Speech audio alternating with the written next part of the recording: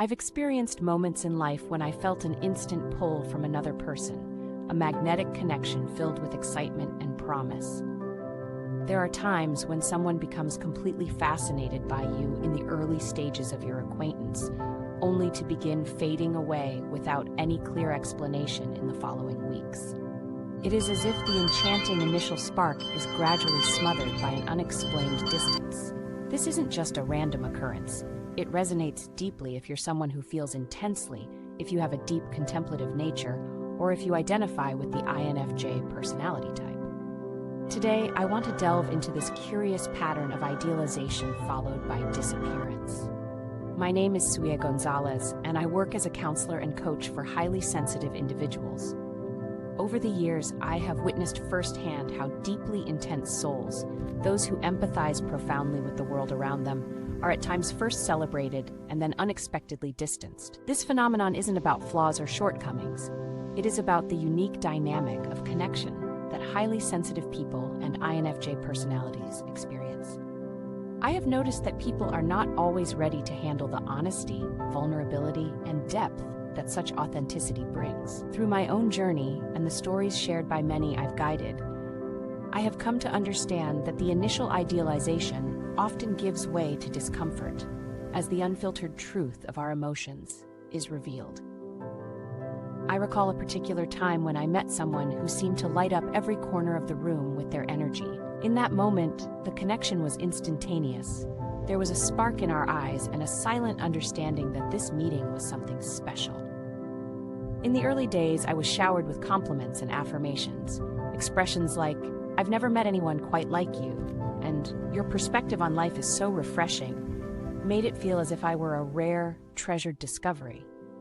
As trust between us grew quickly, I felt encouraged to reveal the intricate layers of my inner world, the passions that stirred my soul, the gentle scars from past experiences, and the quiet dreams that often remain hidden. The magic of that connection was undeniable, yet there lurked subtle hints that this intense bond might be unsustainable as the real me began to emerge. Over time, things started to shift. The sparkling admiration I once encountered slowly gave way to a subtle retreat. I observed that as I allowed my true self, with all my intense emotions and clear expectations, to become more visible, the person who once basked in the glow of our new connection began to withdraw. It appeared that the very qualities which initially attracted them, the passion, the profound empathy, and the unguarded vulnerability, were now overwhelming. The unfiltered display of my inner world, my steadfast boundaries, and the raw expression of my feelings seemed to unsettle them. It was not that there was a problem with who I was. Rather, it was a mirror reflecting their own uncertainties and emotional limitations. They were not prepared for the full spectrum of a deep, authentic connection that demands both joy and the willingness to face shadows.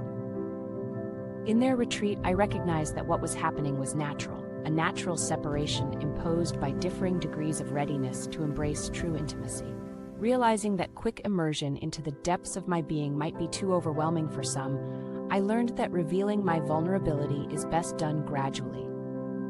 I came to understand that sharing the layers of one's inner life is a process that sometimes requires a gentle pace, allowing both individuals time to adjust to each other's emotional landscapes.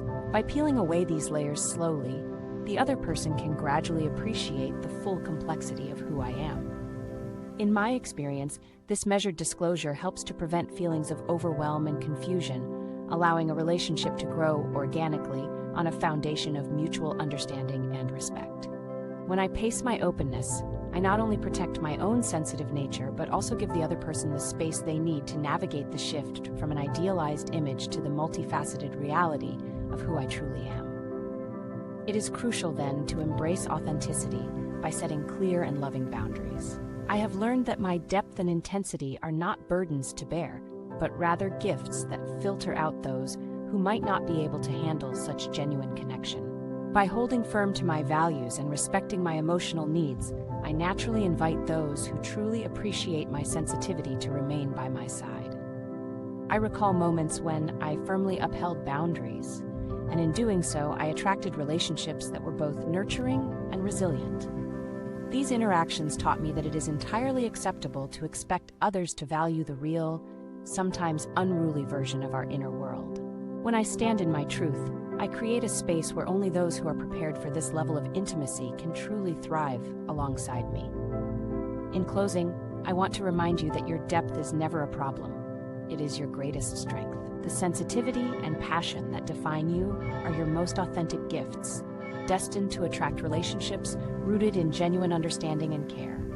Reflect on your own experiences and trust the process of gradually unveiling your inner self to those who are ready to walk this journey with you. The evolution from an idealized image to the full embrace of authenticity is not a flaw.